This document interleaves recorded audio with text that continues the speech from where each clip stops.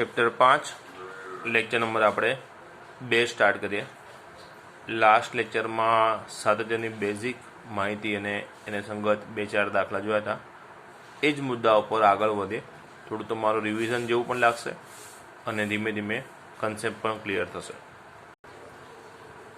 ચાલો તો હવે ઉદાહરણ 5 જોઈએ। અહીંયા કીધું છે અચળ વિધેય કોન્સ્ટન્ટ ફંક્શન fx બરાબર k આપણને આપ્યું છે।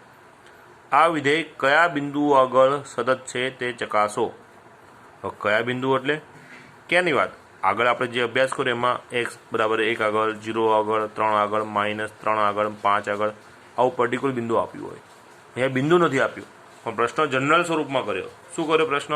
કયા બિંદુઓ આગળ સતત છે? તો આપણે વ્યાખ્યા જોઈએ એ પ્રમાણે સાતત્ય હંમેશા ક્યાં ચકાસવાનું હોય?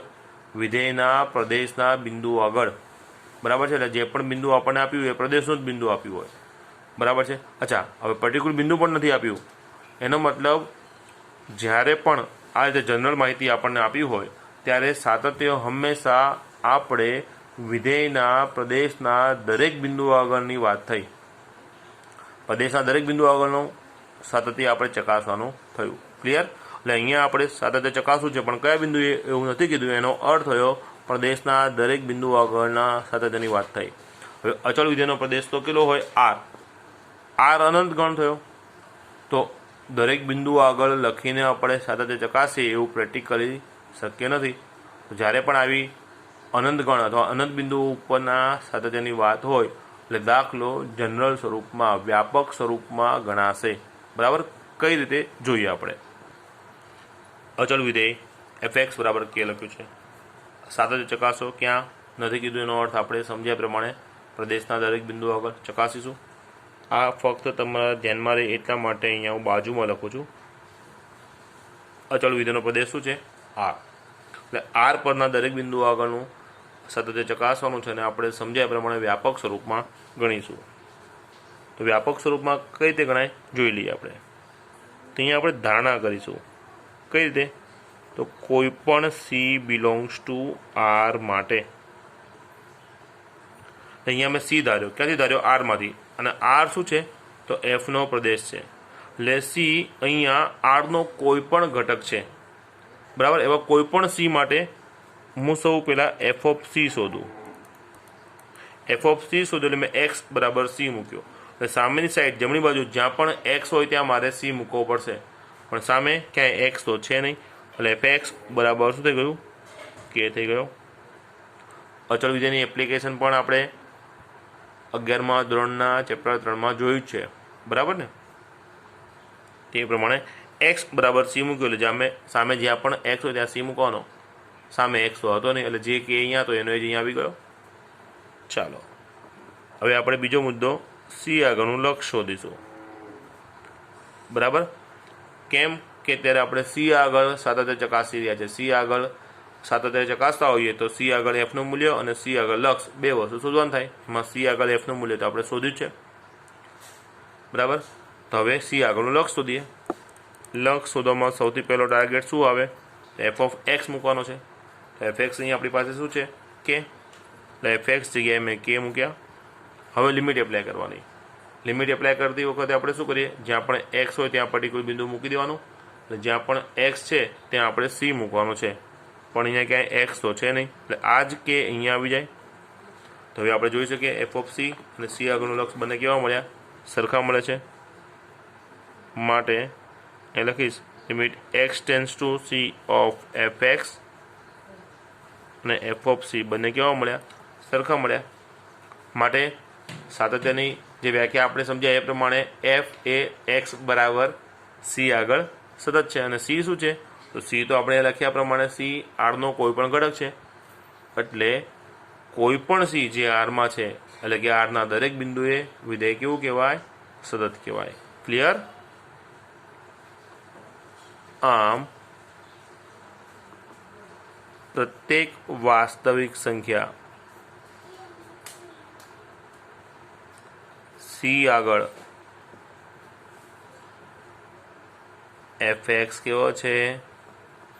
સતત છે। અર્થાત f એ આર પર સતત છે. આપણે સાથેમાં સમજ્યા હતા કે વિધેય એફ હોય અને એફના પ્રદેશના દરેક બિંદુ આગળ વિધેય સતત હોય તો એફ સતત છે એવું આપણે શોર્ટમાં કહીએ. એટલે અહીંયા એફ સતત છે. ક્યાં સતત છે? તો આર પર. બરાબર, કેમ કે આર અહીંયા આપણે લીધેલો અને એફ શું છે? આપણું અચળ વિધેય. ટૂંકમાં અચળ વિધેય આર પર સતત છે અને આર એ એનો પ્રદેશ છે. ઇનડાયરેક્ટલી અચળ વિધેય સતત છે. એટલે એફ ક્યાં સતત આવ્યો? આપણો આ ઉદાહરણ 5નો પ્રશ્ન શું હતો? એફ કયા બિંદુએ સતત છે તે શોધો. તો આપણે અહીંયા જવાબ ફાઇનલ આપી દીધો કે એફ એ આર પર સતત છે, એટલે કે આરના દરેક બિંદુએ સતત છે. ક્લિયર? ચાલો હવે એ જ પ્રમાણે ઉદાહરણ 6 છે. સાબિત કરો કે વાસ્તવિક સંખ્યાઓ માટે વ્યાખ્યાયિત તદેવ વિધેય fx બરાબર x પ્રત્યેક વાસ્તવિક સંખ્યા માટે સતત છે. હવે તદેવ વિધેય એ આપણે 11મા ધોરણમાં સમજ્યા અને તદેવ વિધેય શું છે અહીંયા લખીને જ આપ્યું છે fx બરાબર x. જે અંદર x મૂકો એ જ x બાર આવે પ્રત્યેક વાસ્તવિક સંખ્યા માટે. પ્રત્યેક વાસ્તવિક સંખ્યા અર્થાત r પર. એટલે વિધેયનો પ્રદેશ r થયો જેનું સૂત્ર આપણને આપ્યું અને પ્રત્યેક વાસ્તવિક સંખ્યા એટલે કે r ઉપર સાતત્યનું ચકાસવાનું થયું. અગાઉ જો ઉદાહરણ 5 ગણ્યું એક્ઝેક્ટ એ જ વસ્તુ આમાં આવશે. ઉદાહરણ 6 તદેવ વિધેય. મેં અહીંયા fx બરાબર x તદેવ વિધેય લખેલું છે. આનું સાતત્ય આપણે ક્યાં ચકાસવાનું છે? r પર. એટલે આ પણ અસંખ્ય બિંદુ આગળની ચકાસણીની વાત થઈ. આની પણ ગણતરી આપણે વ્યાપક સ્વરૂપમાં ગણીશું, જે પ્રમાણે એક્ઝેક્ટ આપણે ઉદાહરણ 5માં કરી એ જ પ્રોસેસ. અહીંયા fx બરાબર k હતો, અહીંયા fx બરાબર x. કંઈ જ નવું છે નહીં. બરાબર, આપણે વ્યાપક સ્વરૂપમાં દાખલો ગણવાનો હોય જે પ્રદેશ ઉપર, તો એ પ્રદેશનો ઘટક આપણે સૌથી પહેલાં લઈ લઈશું. તો કોઈ પણ સી બિલોંગ્સ ટુ શું લખીશું અહીંયા? તો અહીંયા પ્રદેશ લખીશું અને આ રકમનો પ્રદેશ શું છે? આર છે. તો કોઈ પણ સી બિલોંગ્સ ટુ આર માટે સૌ પહેલાં આપણે એફ ઓફ સી શોધી લઈએ. તો એફ એક્સ શું કહે છે? જે એક્સ અંદર છે એ જ એક્સ બાર આવે છે. તો અહીંયા અંદર સી છે તો એ સી બાર આવશે. ચલો, એફ ઓફ સી આપણને મળી ગયું. હવે હું સી આગળનું લક્ષ શોધીશ. એટલે limit x tends to c f of x શોધીશ. અને લક્ષ શોધવાની પ્રોસેસમાં સૌથી પહેલો ઓપ્શન શું હોય? તો કે આપણે એફ એક્સ મૂકવાનો થાય. એફ એક્સ કેટલો છે? એક્સ. એટલે એફ એક્સની કિંમત મેં એક્સ મૂકી. ચાલો લિમિટ એપ્લાય કરું. જ્યાં પણ એક્સ છે ત્યાં મારે સી મૂકવો છે. એટલે એક્સ જગ્યાએ મેં સી મૂક્યો. તો અહીંયા એફ ઓફ સી અને સી આગળનું લક્ષ બંને મળ્યા અને જોઈ શકે છે બંને કેવા છે? સરખા છે. એટલે હું લખીશ માટે સી આગળનું લક્ષ limit x tends to c of F x અને એફ ઓફ સી બંને કેવા મળે છે? સરખા મળે છે. બરાબર, માટે એફ એ પ્રત્યેક વાસ્તવિક સંખ્યા સી આગળ સતત છે. અર્થાત એફ આપણું શું છે? તદેવ વિધેય. એટલે હું જવાબ આવા શબ્દોમાં પણ લખી શકું. અર્થાત તદેવ વિધેય સતત છે. હું ડાયરેક્ટ આવું લખી નાખું તદેવ વિધેય સતત છે, ચાલે. તો ક્યાં સતત નથી કીધું, એનો અર્થ શું થાય? તેના પ્રદેશના દરેક બિંદુ આગળ. અને તમારે ક્લેરિફિકેશન કરવું હોય તો એ પણ કરી શકો છો કે તદેવ વિધેય આર પર સતત છે. બરાબર, એટલે આ રીતે તમારે જેમ લખાણ કરવું એમ કરી શકાય. ખ્યાલ આવી ગયો? નેક્સ્ટ દાખલો જોઈએ. હવે આપણે ઉદાહરણ 8 જોઈએ. એફ એક્સ બરાબર x cube plus x square minus 1ના સાતત્યની ચર્ચા કરો. તો આનું સાતત્ય આપણે ચકાસવાનું છે. તો ક્યાં એવું નથી કીધું, તો આગળ આપણે સમજ્યા છે પ્રમાણે કયા બિંદુએ સાતત્ય ચકાસવાનું છે એવું ન કહે તો આપણે એના પ્રદેશ ઉપરના સાતત્યની વાત કરવાની છે. તો આ વિધેય કયું છે? સમય વિધેય. સમય વિધેય પણ કહી શકાય, પણ બહુપદી વિધેય છે. બરાબર છે, દરેક બહુપદી સમય તો કહેવાય જ છે. એટલે બહુપદી વિધેય. એટલે બહુપદી વિધેયનો પ્રદેશો કોમન છે આર. અને ફરી તમને એકવાર યાદ કરી દો, કોઈ પણ રકમનો પ્રદેશ અર્થાત અહીંયા જે પણ ચલ આપ્યો છે, ચલ કયો છે? અહીંયા એક્સ. તો એક્સ જગ્યાએ હું કઈ કિંમત મૂકી શકું? અહીંયા એક્સ બરાબર તો હું આરમાંથી કોઈ પણ સંખ્યા મૂકી શકું. એ જ કિંમત ન મૂકાય મારાથી જેનાથી રકમ અવ્યાખ્યાયિત થાય. તો રકમ તો અહીંયા વ્યાખ્યાયિત થવા નથી. અને બીજી વસ્તુ મેં તમને સમજાવી હતી કે કોઈ પણ વિધેયનો પ્રદેશ તમે વિચારો તો સૌથી પહેલો આર વિચારવાનો અને આરમાંથી એવા જ બિંદુઓ આપણે નિકાલ નાખવાના જેમાં તે રકમ કેવી થાય? અવ્યાખ્યાયિત. ક્લિયર? એટલે આપણે અત્યારે વિધેય આપણું બહુપદી છે જેના સાતત્યની વાત કરવાની છે, એટલે આર પરનો સાતત્યની ગણતરી કરીશું. આગળ જે આપણે પાંચમું છઠ્ઠું ઉદાહરણ ભણ્યા એક્ઝેક્ટ એ જ વસ્તુ થઈ ગઈ. પાંચમામાં fx બરાબર k હતો, છઠ્ઠામાં fx બરાબર x હતો અને ઉદાહરણ 8માં fx અહીંયા લખેલો છે. બરાબર, ચાલો જોઈએ. ચાલો ઉદાહરણ 8 fx બરાબર x³ પ્લસ x² માઇનસ 1. બરાબર, સાતત્યની ચકાસણી કરવી છે, ક્યાંય એવું નથી કીધું. બરાબર છે, તો આપણે ચકાસણી ક્યાં કરીશું? પ્રદેશ ઉપર જ. પ્રદેશ તમે અહીંયા લખીને પણ બતાવી દો તો પણ ચાલે, ન લખો તો પણ ચાલો. ચાલો તો આપણે ધારણા કરી લઈએ, કોઈ પણ સી બિલોંગ્સ ટુ, હવે સી બિલોંગ્સ ટુ ક્યાં લઈશું? તો જે પણ એફની વાત થતી હોય એના પ્રદેશ પર લઈશું. એટલે કોઈ પણ સી બિલોંગ્સ ટુ આર માટે સૌથી પહેલાં આપણે શું શોધીશું? F of C. જ્યાં પણ એક્સ છે ત્યાં સી મૂકી દેવાના. સામે તમે જોઈ શકો છો અહીંયા થઈ જાય c³ c² અને -1. ક્લિયર? હવે હું સી આગળનું લક્ષ શોધીશ. Limit x tends to c of fx. તો limit x tends to c of fx. C આગળનું લક્ષ શોધતી વખતે સૌથી પહેલાં આપણે fx મૂકવાનો છે. fx તો અહીંયા લખેલો જ છે, x³ પ્લસ x² -1. ચાલો x જગ્યાએ સી એપ્લાય કરું, એટલે x જગ્યાએ મેં સી મૂક્યો c³, x જગ્યાએ મૂક્યો c² અને -1. જોઈ શકાય છે આપણે બંને જવાબ કેવા મળ્યા? સરખા. એટલે અહીંયા લખી નાખીશ. માટે limit x tends to C fx, એટલે કે સી આગળનું લક્ષ અને એફ ઓફ સી બંને મળે છે અને કેવા મળે છે? સરખા મળે છે. ક્લિયર? માટે એફ એટલે કે બહુપદી વિધેય, આપેલ બહુપદી વિધેય એવું આપણે કહી શકાય. અહીંયા આપેલ બહુપદી વિધેય. બરાબર, પ્રત્યેક, આને શું સમજાય છે? પ્રત્યેક. All of C belongs to R. પ્રત્યેક વાસ્તવિક સંખ્યા માટે આનો અર્થ એવો થાય, all of C belongs to R પર સતત છે.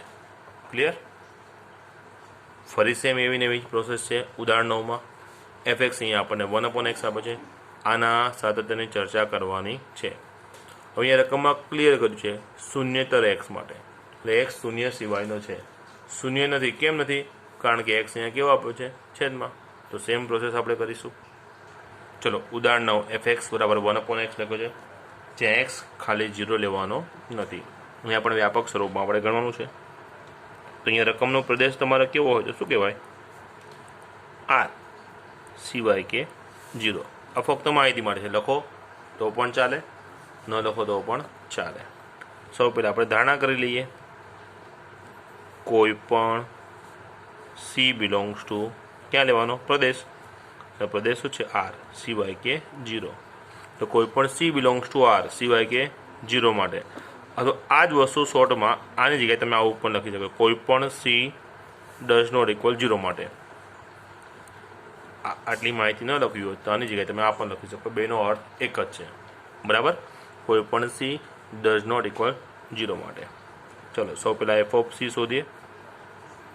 તો એક્સ જગ્યાએ સી મૂકાઈ ગયો. અહીંયા પણ એક જગ્યાએ આપણે સી મૂકી શકીએ. શા માટે? સી ગમે તે વાસ્તવિક સંખ્યા છે પણ 0 નથી, અને છેદમાં સી ભલે રહ્યો પણ 0 નથી, એટલે હું મૂકી શકું. હવે સી આગળનું લક્ષ શોધીએ. Limit x tends to c f of x. Limit x tends to C fx શું છે આપણી પાસે? અહીંયા 1/x. બરાબર, લિમિટ આપણે એપ્લાય કરીશું. ક્યાં જશે લિમિટ? અંશમાં જાય. લિમિટ x ટેન્સ ટુ 1 અંશમાં ગઈ અને લિમિટ છેદમાં ગઈ. લિમિટ છેદમાં આપે ત્યારે ખાસ ધ્યાન રાખવાનું, છેદ અવ્યાખ્યાયિત થવો જોઈએ નહીં. તો અહીંયા છેદમાં x છે અને xની જગ્યાએ આપણે મૂકીશું c, અને c 0 નથી. તો જ્યાં પણ x છે ત્યાં 1 મૂકો છો, અહીંયા x તો છે નહીં, એટલે આ જે અચળ આંકડો 1 છે એનો 1 અહીંયા આવી ગયો, અને x જગ્યાએ c મૂકેલા c. બંને જવાબ કેવા થઈ ગયા? સરખા. એટલે કે limit x tends two c of fx અને f ઓફ c બંને કેવા થયા? સરખા થઈ ગયા. માટે f એ પ્રત્યેક c બિલોંગ્સ ટુ આર સિવાય કે 0 ઉપર સતત છે. ક્લિયર? એકની એક જ પ્રોસેસ છે, ખાલી એફ બદલાય એ પ્રમાણે બેઝિક ગણિત બદલાય. હવે આપણે ઉદાહરણ નંબર 14 જોઈએ. સાબિત કરો કે પ્રત્યેક બહુપદી વિધેય સતત છે. હવે અહીંયા રકમમાં આપણને એફ અને પ્રદેશ કશું નથી કીધું, એટલે આપણે દરેક વિધેય જે વ્યાપક સ્વરૂપ અથવા એના નામના આધારે એના સ્વરૂપો આપણને ક્લિયર હોવા જોઈએ. આપણે 11મા ધોરણમાં અભ્યાસ કર્યો છે. શબ્દ શું આપણે? બહુપદી વિધેય. એટલે બહુપદી વિધેયનું આપણે વ્યાપક સ્વરૂપ તમને ક્લિયર હોવું જોઈએ. દરેક બહુપદી વિધેય સતત છે. સતત સાબિત કરો. હવે સતત કયા બિંદુએ નથી કીધું, એનો અર્થ તેના પ્રદેશ ઉપરની વાત થઈ. એટલે વિધેય પણ આપણને વ્યાપક સ્વરૂપ કેવું છે ખબર હોવી જોઈએ, અને જે તે વિધેયનો પ્રદેશ પણ આપણને ખબર હોવો જોઈએ. ગણિત એનું એ જ છે, બરાબર. પણ બીજું એક્સ્ટ્રા નોલેજ તમારી પાસે આ દાખલા માંગી રહે છે. જોઈએ આપણે. ચાલો, બહુપદી વિધેય મેં થોડીક બેઝિક વસ્તુ લખી રાખી છે, ટાઈમ ન બગડે એટલે. બહુપદી વિધેય. બહુપદી એટલે કોઈ પણ ચલમાં એક વિધેય બનાવવાનું છે. મેં ચલ એક્સમાં બનાવ્યું છે. એટલે એક્સનું કોઈ પણ સમીકરણ બહુપદી વિધેય કહેવાય. અને સમીકરણમાં ઘાત ગમે તે હોઈ શકે, અને ક્રમમાં બધી ઘાત આવે ન આવે બધું જ ચાલે. એટલે અહીંયા વ્યાપક સ્વરૂપમાં આપણે જોઈએ દરેક વસ્તુ શું દર્શાવે છે. મેં અહીંયા એક્સ અને દરેક એક્સ સાથે એ લખ્યા છે. હવે જો આ એક્સની એક ઘાત એનો કોઈ પણ સહગુણક હોય, એક્સની બે ઘાત એનો પણ કોઈ પણ સહગુણક હોય, એક્સની 3 ઘાત, એક્સની 4 ઘાત, એ પ્રમાણે વધતા એક્સની કોઈ n ઘાત છે. હવે દરેક પદ સાથે કોઈના કોઈ સહગુણક હોય. હવે સહગુણક સરખા હોઈ શકે, અમુકના બધાના, અમુકના ના હોય, ગમે તે હોઈ શકે. તો દરેક સહગુણક અલગ પડે અને ઓળખાય એ માટે અહીંયા એક ઘાતના સહગુણકને A1 કહીશ, બે ઘાતના સહગુણકને A2 કહીશ. પછીનું પદ મારે લખવું હોય તો 3 ઘાતના સહગુણકને A3. એ પ્રમાણે આગળ વધતા એક્સના n ઘાતના સહગુણકને મેં an કહી દીધો. અહીંયા એક્સ નથી એટલે અચળ પદ કહેવાય, અને એમાં એક્સની ઘાત કઈ ગણાય? 0 ગણાય. તો આ પદને મેં A0 કહી દીધો. ટૂંકમાં બહુપદી મારે લખવી હોય તો આ પ્રમાણે લખાય: A0, A1x, A2x2, A3x3 plus up to an x raise to an. બરાબર છે. હવે દરેક વસ્તુ શું દર્શાવે છે એ તમારે પાછું ક્લેરિફિકેશન કરવું પડે. સમય બચે એટલે મેં અહીંયા લખી રાખ્યું છે. જો જ્યાં બધી ઘટકોની ડિટેલ અહીંયા આપે છે. ai બિલોંગ્સ ટુ r, જે i શું છે? 0, 1, 2 અપ ટુ n. એટલે i બરાબર 0 ગણું તો આ A0, i બરાબર 1 ગણું એટલે A1, i બરાબર 2 ગણું તો A2, i બરાબર n ગણું તો an. A0, A1, A2 થી n આ બધા જે સહગુણકો છે એ શું છે? કોઈ પણ વાસ્તવિક સંખ્યા હોઈ શકે. એમાં પણ ખાસ ધ્યાન રાખવાનું કે મેક્સિમમ પાવર છે, મેક્સિમમ ઘાત છે જે n છે, બરાબર, એનો સહગુણક 0 હોઈ શકે નહીં. બાકીના કોઈ પણ સહગુણક 0 હોય. સહગુણક 0નો અર્થ થશે એ ઘાતવાળું પદ નથી. માનો કે 5 ઘાતવાળું પદ છે તો 4 વાળું હોય એ જરૂરી નથી, 4 વાળું ન પણ હોય, બરાબર. અને n અહીંયા શું બતાવે છે? અનઋણ પૂર્ણાંક. અનઋણ મતલબ ઋણ ન હોય તેવો, ઋણ નથી મતલબ ધન છે, બરાબર, અથવા 0. ક્લિયર? ચાલો હવે આપણે દાખલો ગણીએ. હવે આ રકમનો પ્રદેશ, તો પ્રદેશ ક્લિયર જ છે. બહુપદી વિધેયનો પ્રદેશ તો કયો થાય? R થાય. તો સાબિતી વ્યાપક સ્વરૂપમાં જ કોઈ પણ C બિલોંગ્સ ટુ R માટે f ઓફ C શોધીશું. સૌથી પહેલાં રકમમાં જ્યાં પણ x છે ત્યાં આપણે શું મૂકી દઈશું? C મૂકી દઈશું. તો A0, A1C, A2C square up to an C raise to n. અને હવે આપણે C આગળનું લક્ષ શોધીએ. C આગળનું લક્ષ શોધીએ એટલે સૌથી પહેલાં fx મૂકવાનો. તો fx તો આપણી પાસે રેડી છે અહીંયા. ચલો, A0, A1x, A2x square up to an xની n. આગળ દાખલા ગણ્યા એની જ છે પરિસ્થિતિ, ફક્ત અહીંયા fx થોડો લાંબો છે, બસ, બીજું કોઈ ફરક છે નહીં. x જગ્યાએ C મૂકી દઈશ.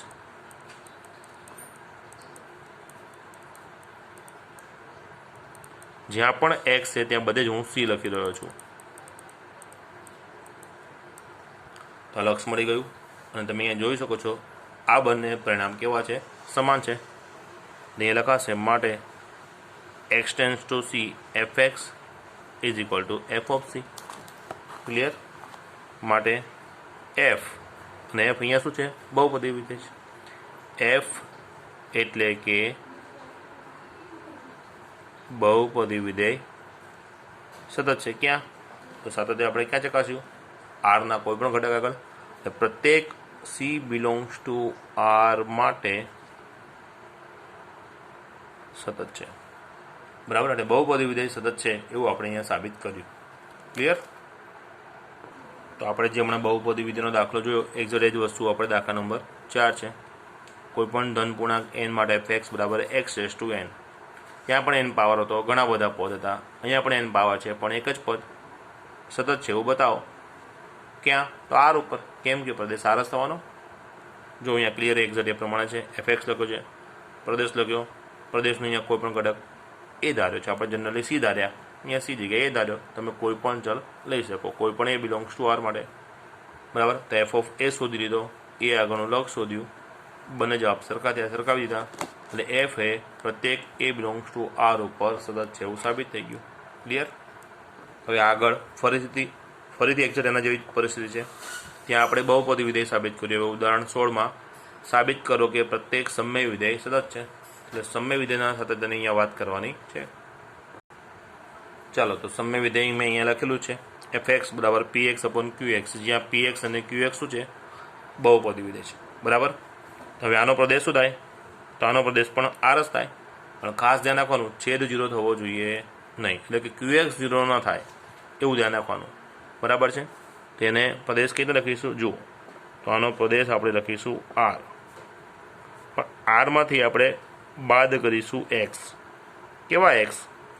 તો એવા જ એક્સ હું બાદ કરીશ કે એવા જ એક્સ હું ન લઈ શકું કે જે છેદને એટલે કે qx ને 0 બનાવે.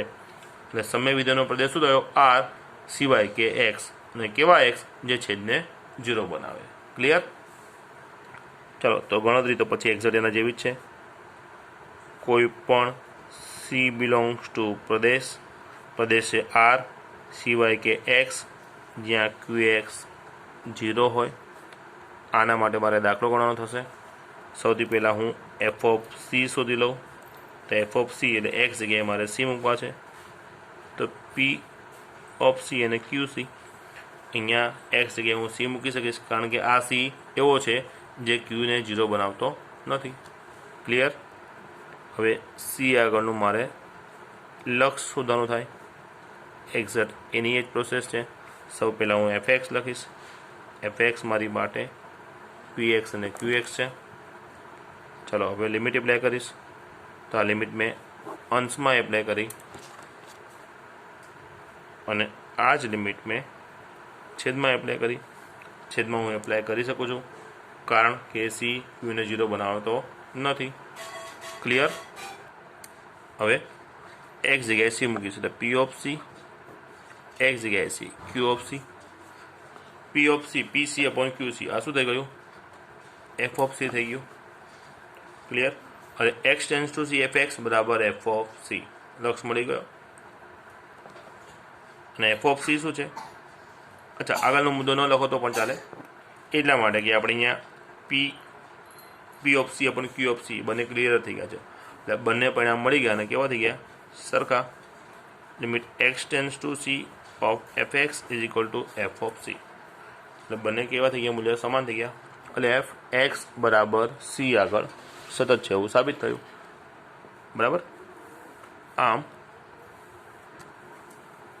F A all of C belongs two, C કયા લીધા છે આપણે અહીંયા? તો સી બિલોંગ્સ ટુ આર સિવાય કે એવા એક્સ જે ક્યુને 0 બનાવે. એટલે ક્યુ 0 હોય એવા એક્સ સિવાયના આર કોઈ પણ ઘટક સી છે. બરાબર ને? એના માટે એફ સતત છે. શોર્ટમાં આપણે લખવું હોય તો આવું લખી શકાય કે સમય વિધેય સતત છે.